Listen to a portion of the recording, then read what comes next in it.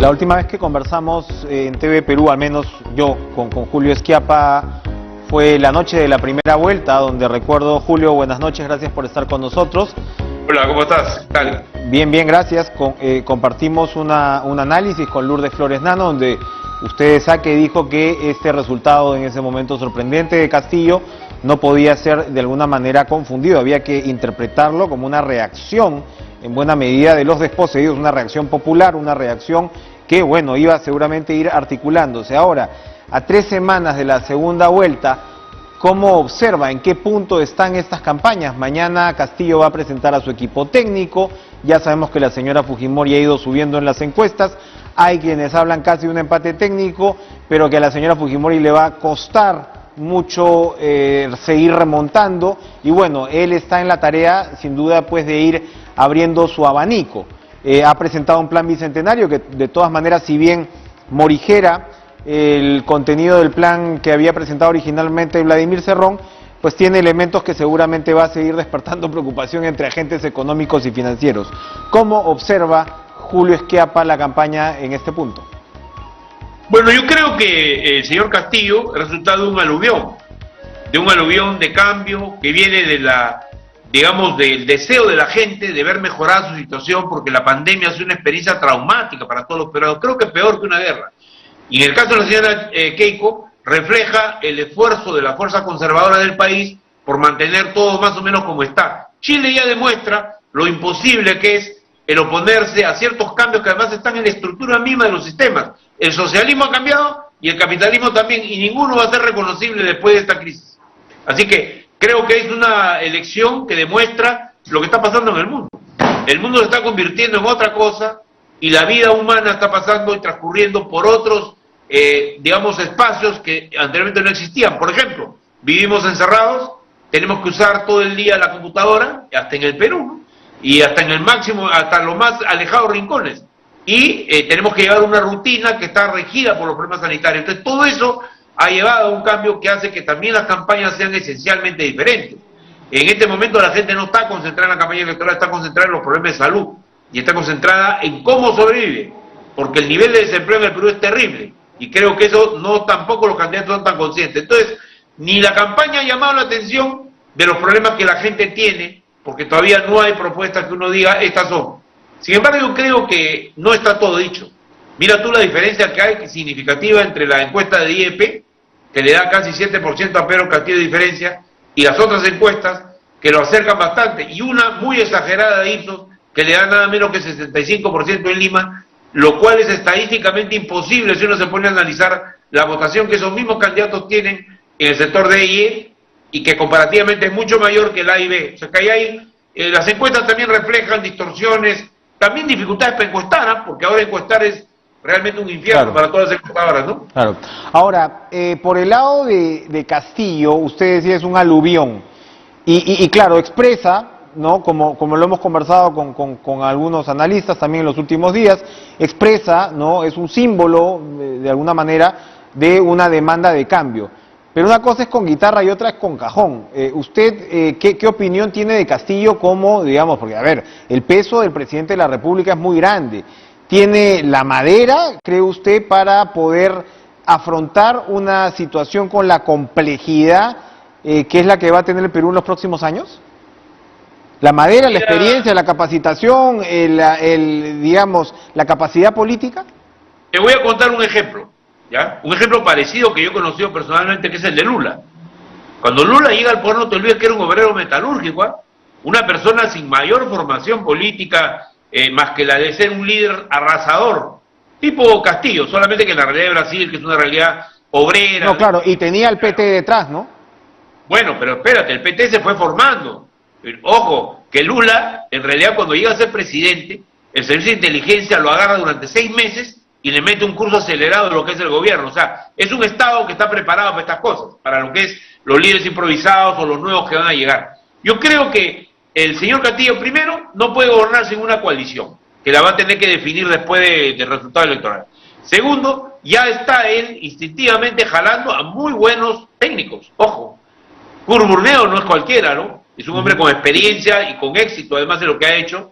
Tienes al doctor Guillén, que es una símbolo de la lucha anticorrupción, el mejor investigador que ha tenido el Congreso en términos de corrupción, el señor Pari, y por supuesto falta todavía más presencia de ingenieros para que empecemos a creer que ahí se va a armar una buena alternativa, digamos, a largo plazo. Ahora, de todas maneras, Julio, el plan, sí, de acuerdo, pero de todas maneras el plan bicentenario tiene ciertos elementos que podrían ser calificados de muy disruptivos para la economía, es decir, renegociaciones de contratos, tiene un tema de concentración de tierras, ¿no? En fin, que puede ir, digamos, de choque, porque ahorita lo que hay preocupación entre muchos actores es cómo podría influir en la economía una elección como la de Castillo. Mira, ¿cómo podría influir en la economía una Keiko Fujimori que llega al poder y encuentra una tenaz resistencia en todos los sectores que rápidamente, apenas haga una movida que signifique una vuelta al gobierno del año 1990-2000, va a haber una reacción popular imparable? O sea, yo te pregunto, ¿qué va a cambiar ella en el régimen laboral? ¿Qué va a mejorar en las condiciones de vida de la gente? Si en realidad lo que ella está planteando es un programa extremadamente conservador e improvisado también. Ya, pero le pregunto por Castillo y me responde con Keiko. O sea, yo preguntaba por el tema de si esto podría generar, por ejemplo, fuga de capitales, etc., que es una preocupación entre ciertos actores. Mira, yo he hablado hace unos días con algunos inversionistas de Canadá, por ejemplo, ¿no?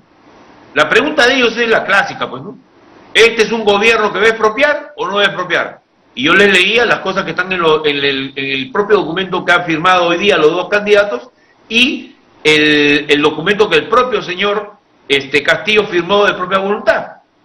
Son documentos que hasta Vargas Llosa podría suscribirlos, ¿no?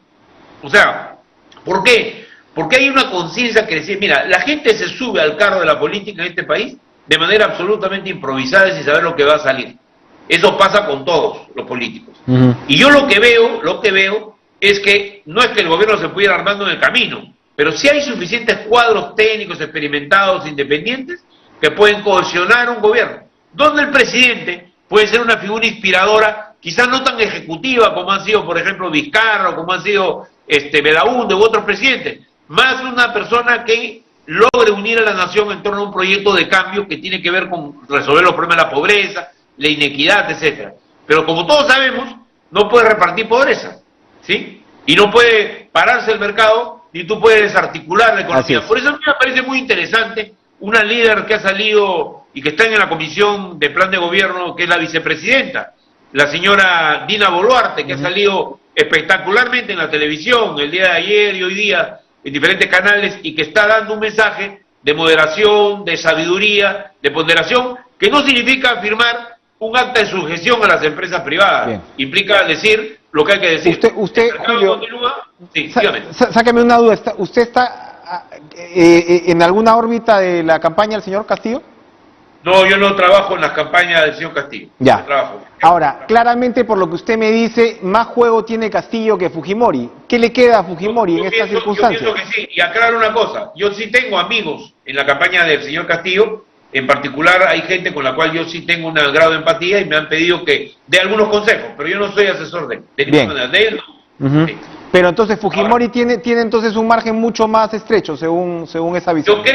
Yo creo que el riesgo de Fujimori es algo de lo cual la gente no es consciente, por este pánico que se ha generado respecto al comunismo, a la polarización que se ha dado con apoyo de esos carteles terribles que están en la calle, con apoyo de una campaña de miedo, que sobre todo tiene sede en Lima.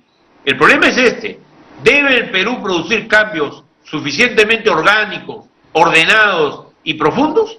¿O debe el Perú seguir en lo que está? Es decir, un volcán cuya tapa es el gobierno central y los gobiernos regionales, y que en cualquier momento va a estallar.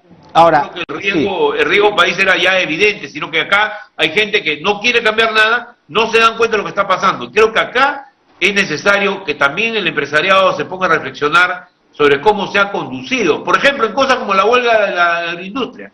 Yo estoy totalmente a favor de la agroindustria. Sé cómo se ha hecho, conozco a algunos de los que están ahí. Y sin embargo, el tema laboral, el trato al tema laboral, fue un trato que no era correcto. O sea, no había una actitud de apertura suficientemente clara. Bien. No había sindicato, no había con quién dialogar. Entonces, cuando no hay diálogo social, los conflictos se vuelven desenfrenados. Y eso es un poco lo que ha pasado en el país. No hay árbitros. Julio, para terminar, muy interesante esta conversación.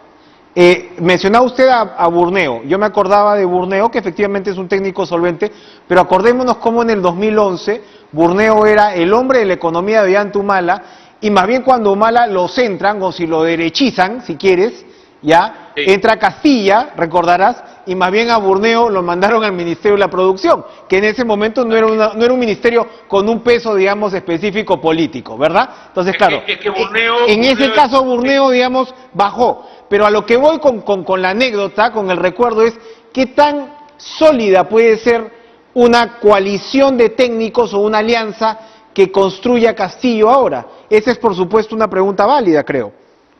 Yo creo que la política manda acá. Yo creo que el grupo en el cual él está, y yo estoy viendo a muchos congresistas que me están sorprendiendo, entre ellos Dina Boluarte, que te vuelvo a repetir, me parece una figura muy importante. Hay una congresista de Tacna que le he escuchado debatir en todos los canales de primer nivel, y así hay varios de estos líderes, y esto no es solamente un movimiento de puro campesino, este es un movimiento de provincianos cultos, preparados. De ellos, yo te doy fe de que hay por lo menos una docena que me han causado muy buena impresión de lo que lo vengo escuchando, como en todos los partidos. Creo que el problema del Perú ahorita es lograr dos cosas básicas. Primero, terminar con esta etapa de la pandemia, con la vacunación, y en segundo lugar, una reactivación que funcione. Y no puede haber experimentos ni sociales ni políticos de ningún tipo hasta que esta primera tarea no sea cumplida. Eso ya lo dijo claramente Castillo ayer, a la hora de presentar su plan de gobierno. O sea, la primera tarea, la absoluta tarea es esa. De ahí recién se va a discutir si hay reforma constitucional, cómo se va a hacer y todo lo demás, porque ellos además no tienen mayoría parlamentaria, por lo tanto tendrán que pactar también acuerdos de manera que puedan llevar adelante sus promesas. Yo creo que, sin embargo, esta fuerza desde abajo es, ojo, un gran componente de la fuerza informal del Perú, mi querido amigo, que muchas veces hemos conversado, ¿no? Los informales que no tienen audiencia, que no tienen que los escuche, Estado que no los entiende, y que son un problema para los alcaldes, pero un problema de baja policía, no son un problema social de la envergadura que tienen. Creo que muchas de las cosas que dijo Hernández Soto son ciertas. Lamentablemente él ha optado por otra ruta, pero hay un camino aquí, yo creo, clave, que es esos informales son los que están moviendo en las grandes ciudades la candidatura de Castillo. Son los que ayer salieron en gamarra, en masa. Son ambulantes que no pueden vender porque le meten palo por cualquier razón, y la verdad es que no ordenan la ciudad, sino más bien la desordenan socialmente, ¿no? Gracias, Julio Schiappa. Un gusto, como siempre, conversar con usted. Nos ha compartido información sumamente interesante. Vamos a dar